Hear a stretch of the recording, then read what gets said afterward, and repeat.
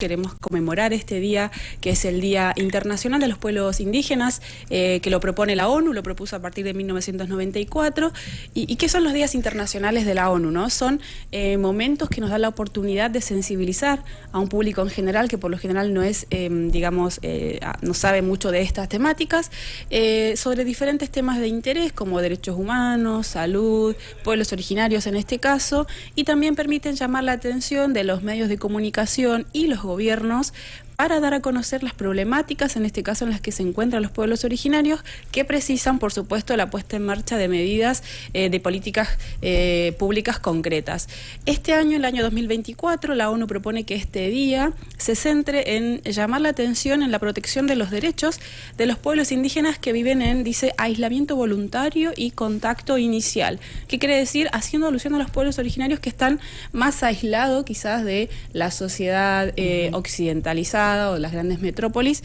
¿Por qué? Porque son pueblos que la ONU caracteriza como protectores de la naturaleza, del medio ambiente, de las diferentes vidas, los bosques, y además que se preserva la naturaleza, se preserva la lengua, la cultura, lenguas otras, culturas muy diferentes a una cultura hegemónica mundial. Para eso es proteger entonces los derechos colectivos de estos pueblos y de sus territorios. La ONU considera que la supervivencia de estos pueblos que existan es crucial, no solamente para que exista una diversidad, digamos, ambiental en el planeta, sino que también la diversidad cultural que siempre traen como propuesta para mantener.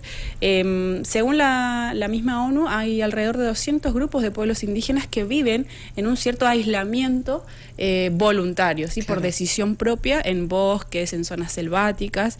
Esto puede ser en la zona de Bolivia, Brasil, en la Amazonía, Colombia. Claro. Exactamente, en la Amazonía también habla de la India, Indonesia, bueno, y todos los pueblos que comparten zonas selváticas, y que a pesar del derecho a la autonomía, estos pueblos se enfrentan siempre al desafío de que los sistemas económicos, los modelos económicos van, digamos, cercenando su territorio a través de diferentes actividades extractivistas, podríamos decir la minería, el petróleo, que van avanzando sobre estos territorios, sobre estos pueblos, y la idea es llamar la atención sobre esto porque el daño es cultural y es también al ambiente. Exacto. Entonces, se proponen diferentes campañas a la gente que maneja estas temáticas de sensibilización, ¿sí?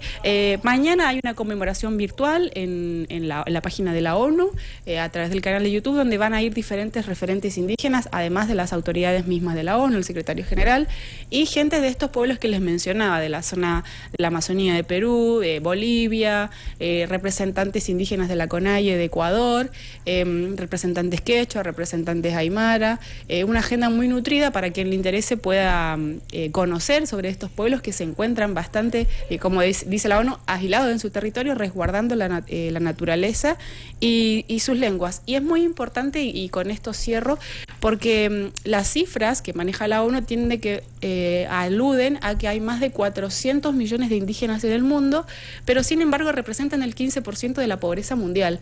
Es decir, los pueblos originarios, si bien resguardan el territorio, son importantes, se encuentran en una situación de pobreza y de difícil acceso a los servicios de educación, salud y en todo caso también los mismos derechos judiciales o los mismos derechos colectivos e individuales. Así que por eso es importante sumarnos a esta campaña de sensibilización que propone la ONU, y hay diferentes áreas de abordaje. Sí, le corresponde a los medios de comunicación poder informar, también en el área de educación.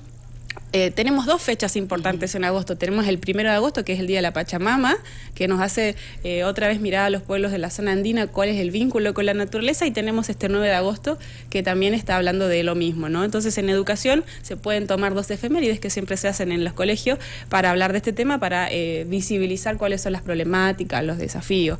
En el área de salud también, por supuesto, los pueblos indígenas vienen promoviendo sus sistemas de salud, también son sistemas de salud muy demandados para buscar otras formas de curar a gente que está tan enferma, no solamente a las poblaciones originarias, bueno, y en derechos humanos. Así que nosotras queríamos sumarnos, dedicar 5 minutitos a hablar del Día Internacional de los Pueblos Indígenas, y poder, bueno, proponerle a la gente entrar en debate sobre qué significa y en qué situación nos encontramos.